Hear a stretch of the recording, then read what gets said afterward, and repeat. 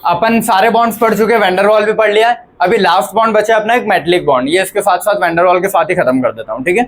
Metallic bond क्या होता है, कोई भी एक मेटल है, सपोज मैंने एक लोहे का टुकड़ा ले लिया, तार का टुकड़ा ले लिया, कुछ भी लिया, ठीक है, कोई एक मेटल लिया, वो मेटल के अंदर उसके एटम्स होंगे, ठीक है, उन एटम में उनके इलेक्ट्रॉन घूम रहे होंगे। जैसे आयरन का टुकड़ा लिया, लोहे का इतना बड़ा टुकड़ा ले लिया मैंने, ठीक है, ये एटम से मिलके बना होगा, इसके एटम में इसके इलेक्ट्रॉन घूम रहे होंगे, ठीक है। तो जब मैं इसको गर्म करूंगा, इस मेटल को जब मैं गर्म करूंगा तो हीट मिली, हीट मिलने से इलेक्ट्रॉन जंप होते हैं ना हायर शेल में, तो इलेक्ट्रॉन अपनी जगह छोड़ के दूसरी जगह जा रहा है, समझ में। तो जो जगह उसने खाली की है ना, उस खाली जगह को बोलते हैं कर्नल। देखो इस चीज को बहुत ढंग से ऐसे समझते हैं। ये आयरन का स्लैब है, स्लैब मतलब टुकड़ा, ठीक है, इसमें बहुत सारे आयरन के एटम होंगे, समझ में आया, बहुत सारे होंगे, क्लियर है। अब मैं पूरा नहीं बना रहा हूं कि कितने रिंग कितना क्या, ठीक है। आयरन में 4 रिंग होगी, ठीक है, और उसके चौथे रिंग में आउटर मोस्ट के 2 इलेक्ट्रॉन होते हैं, 4s2, ठीक है, सभी में 2-2 होंगे। इतना समझ में आ रहा है ना, क्योंकि आयरन ये होता है ना बेटा, 4s2 3d10, तो 3d तो अंदर वाली रिंग हो गई, 4s आउटर मोस्ट रिंग है, तो उसके 2-2 इलेक्ट्रॉन मैंने बना दिए सब में। अंदर की रिंग्स नहीं बनाई है, सिर्फ आउटर मोस्ट बनाई है, क्लियर है इतना। हाँ, जब मैं इसको गर्म करूंगा तो ये इलेक्ट्रॉन यहाँ से हटेंगे ना, और जंप करके ऊपर वाले शेल में, इनफाइनाइट शेल्स होते हैं बोला था, हाँ भैया, ठीक है, 3d6। तो जब मैं इसको गर्म करूंगा तो इसके इलेक्ट्रॉन्स जंप होंगे। तो ये चीज देखना तुम, जब कौन सा फिजिक्स में वो पढ़ते हो ना, लास्ट वाला मॉडर्न फिजिक्स, उसमें ये बहुत इंपॉर्टेंट चीज है ऐसा कि जहां से इलेक्ट्रॉन गया उसको वॉइड बोलते हैं, वॉइड या खाली जगह, ठीक है। वो कार्बन वाले ग्रुप के लिए कुछ अलग, कार्बन से इधर आते तो नेगेटिव और इधर पॉजिटिव कुछ बोलते हैं, याद है किसी को सेमीकंडक्टर में? Positive, P type N type, हाँ P type N type, P मतलब पॉजिटिव, एन टाइप मतलब नेगेटिव। तो एन टाइप होता है नाइट्रोजन फैमिली, पी टाइप होता है बोरॉन फैमिली, और नॉर्मल वाली होती है कार्बन फैमिली। ये पढ़ना उधर आ जाएगा ये चीज, ठीक है।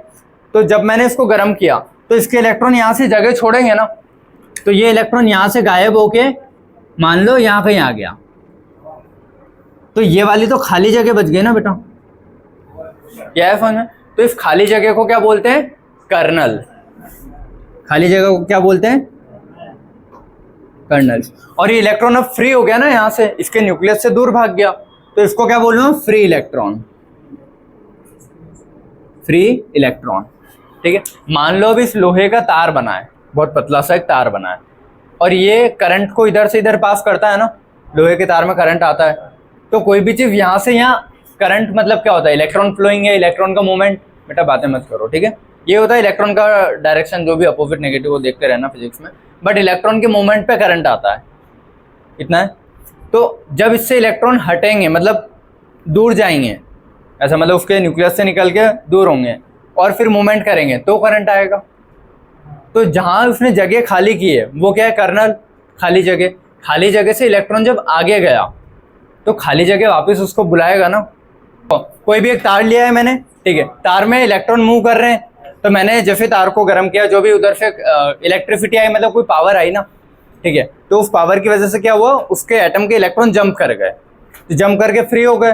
तो जो खाली जगह उन्होंने छोड़ी है कर्नल, फ्री तो हो गए, लेकिन ये कर्नल उसको खींचने की कोशिश कर रहा होगा ना, और जो खाली जगह रहती है उसको प्लस बोल देते हैं, वहां कुछ है नहीं, खाली जगह को क्या बोला, प्लस।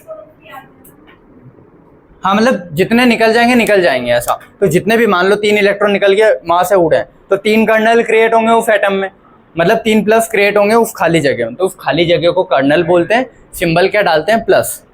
तो जैसे ही वहां से इलेक्ट्रॉन दूर भागा, वो क्या करता है, वापस से उस इलेक्ट्रॉन को खींचने की कोशिश करता है, दूर नहीं जाने देता है, समझ में आया। तो ये जो इलेक्ट्रॉन जंप हुआ है और ये कर्नल बना है, ये कर्नल जो इस फ्री इलेक्ट्रॉन को वापस खींचने की कोशिश कर रहा है, ये मेटेलिक बॉन्ड, मेटल का बॉन्ड, समझ गए। तो ये कोई 2 अलग अलग एटम के बीच में नहीं लगता, ये वो एटम के जो इलेक्ट्रॉन जंप हुए हैं और जो खाली जगह बची है, ये खाली जगह उस इलेक्ट्रॉन को वापस खींचने की कोशिश कर रही है, दैट इज मेटेलिक बॉन्ड। बस इतना ही है, ठीक है। डेफिनेशन पढ़ देता हूँ। फ्री इलेक्ट्रॉन थ्योरी बोलते हैं इसको, या फिर इलेक्ट्रॉन सी मॉडल की इलेक्ट्रॉन घूमते रहते हैं इसीलिए, या फिर इलेक्ट्रॉन गैस मॉडल। क्लियर है? द फोर्स ऑफ अट्रैक्शन, ये देखो फोर्स ऑफ अट्रैक्शन है किसके बीच में, between kernel and mobile electron. तो ये वापिस से खींचेगा ना कर्नल इसको, ये समझ में आया ना? अगर मान लो कर्नल है इलेक्ट्रॉन ये, तो ये इसको वापस से खींचेगा, गया है यहाँ से था लेकिन ये अट्रैक्शन होगा ना वापस। समझ में आया? पक्का? ये कर्नल, ये न्यूक्लियस नहीं है, कर्नल है ना जहाँ से इलेक्ट्रॉन गया है, और ये अपना फ्री इलेक्ट्रॉन है। ये यहाँ से यहाँ जंप कर गया था लेकिन ये इसको वापस खींचने की कोशिश कर रहा है, और ये अपना मेटेलिक बॉन्ड। क्लियर है? The force of attraction between kernel and mobile electron is called metallic bond.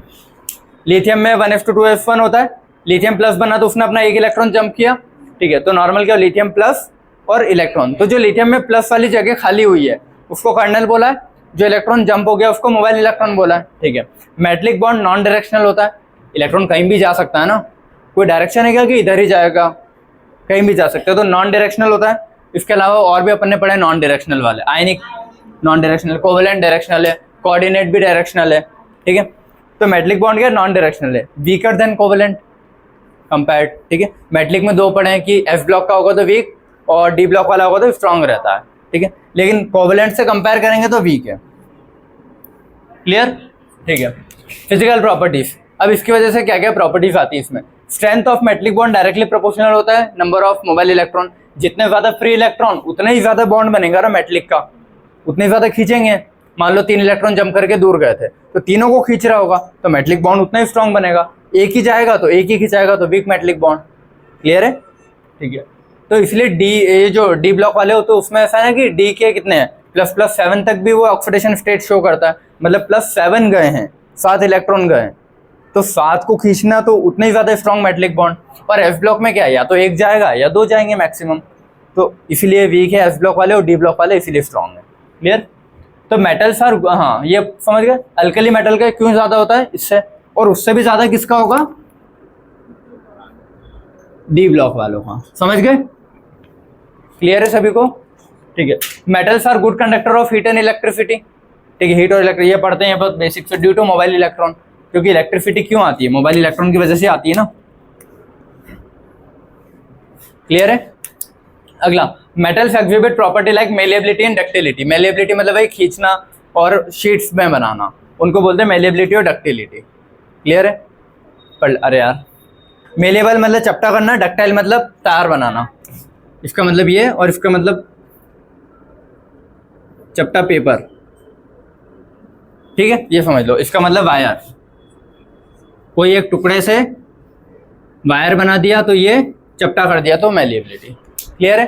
ठीक है। और इंक्रीजिंग टेम्परेचर कंडक्टिविटी डिक्रीजेस, इस पॉइंट को ऐसा कैसा याद रखना, क्योंकि 2 पॉइंट अलग होते हैं, एक कंडक्टिविटी होता है, एक कंडक्टेंस होता है, ठीक है।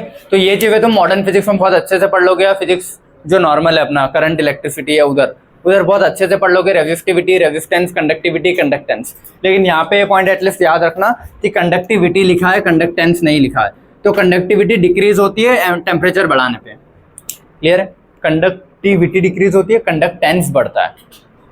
कोई मेटल को गर्म करूँगा, ठीक है, तो उसका ठीक है, उसके प्रॉपर्टी मतलब क्या बोलते हैं, करंट बढ़ाने की चीज़ वो बढ़ाएगी ना। समझ में आया? कोई मेटल को गर्म किया तो उसके इलेक्ट्रॉन फ्री हुए तो ज़्यादा से ज़्यादा करंट पास करेगा वो, तो ठीक है, तो वो चीज़ ठीक है, अच्छी बात है, तो उसको बोलते हैं कंडक्टेंस, ठीक है। और उसका उल्टा होता है कंडक्टिविटी, तो कंडक्टेंस बढ़ता है ना गर्म करने पे, कि हाँ ज़्यादा ज़्यादा इलेक्ट्रॉन जा रहे हैं, करंट ज़्यादा जा रहा है, उसका उल्टा होता है कंडक्टिविटी। तो यहाँ कंडक्टिविटी लिखा है, याद रखना, तो इसमें कंफ्यूज मत होना, ये फिजिक्स का पार्ट है वैसे, तो वहाँ अच्छे से समझ जाओगे, ठीक है।